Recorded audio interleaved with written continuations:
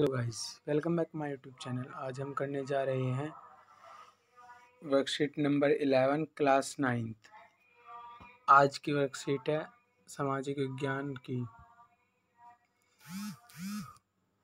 आम जनता जनप्रतिनिधियों के माध्यम से सरकार तक जहां पहुंचती है वह जगह संसद कहलाती है। संसद में विभिन्न राजनीतिक दलों के प्रतिनिधि चुनकर आते हैं। ये प्रतिनिधि विभिन्न जाति, धर्म, समुदाय आदि के तथा महिला और पुरुष दोनों हो सकते हैं। लोग संसद में विभिन्न पृष्ठभूमि वाले लोगों की संख्या बढ़ रही है। देखा जाए तो अब ग्रामीण लोगों की सदस्यता भी बढ़ती जा रही है। जिन समूह और तबकों का अब तक संसद में कोई प्रतिनिधि नहीं था, वे अब चुनाव जीत कर आने लगे हैं। महिलाएं, पिछड़ी जातियों के लोग और अल्पसंख्यक लोगों की राजनीतिक हिस्सेदारी बढ़ रही है।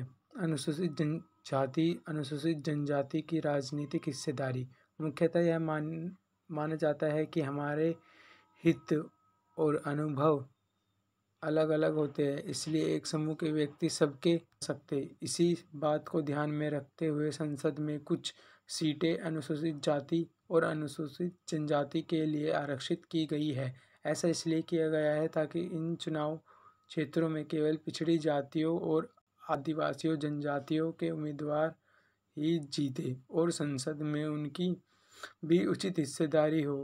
उनसे यह भी उम्मीद की जाती है कि पिछली जातियों और आदिवासी समुदायों की जिंदगी से जुड़े मुद्दों को ज़्यादा अच्छी तरह संसद में उठा सके। महिला और राजनीतिक हिस्सेदारी इसी प्रकार हाल ही में महिलाओं के लिए 20 सीटों के आरक्षण का सुझाव पेश किया गया है। इस सवाल पर अभी भी बहस जारी है। 60 साल पहले संसद में केवल 4% महिलाएं ही थीं। अब भी उनकी संख्या 9 से जरा सा ऊपर ही पहुंची है।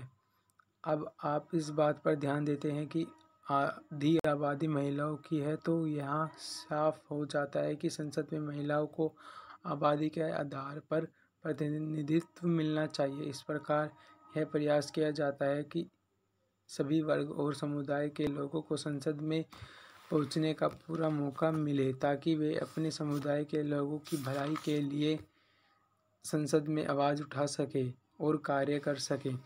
चलो गाइस, इसका पहला क्वेश्चन करते हैं। आम जनता किसके माध्यम से अपनी आवाज़ सरकार तक पहुंचाती है? आम जनता अपनी आवाज़ जनप्रतिनिधियों के द्वारा सरकार तक पहुंचाती है।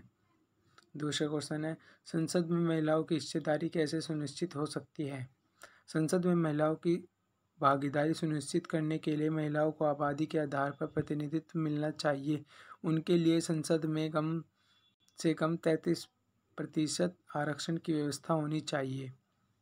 संसद में कुछ समुदाय के लिए आरक्षण व्यवस्था क्यों की गई है? ऐसा इसलिए किया गया ताकि संसद में उन समुदाय की भी भागीदारी हो तथा वे अपनी समस्याओं और मुद्दों को ज़्यादा अच्छी तरह से संसद में उठा सकें। Thank you for watching this video guys.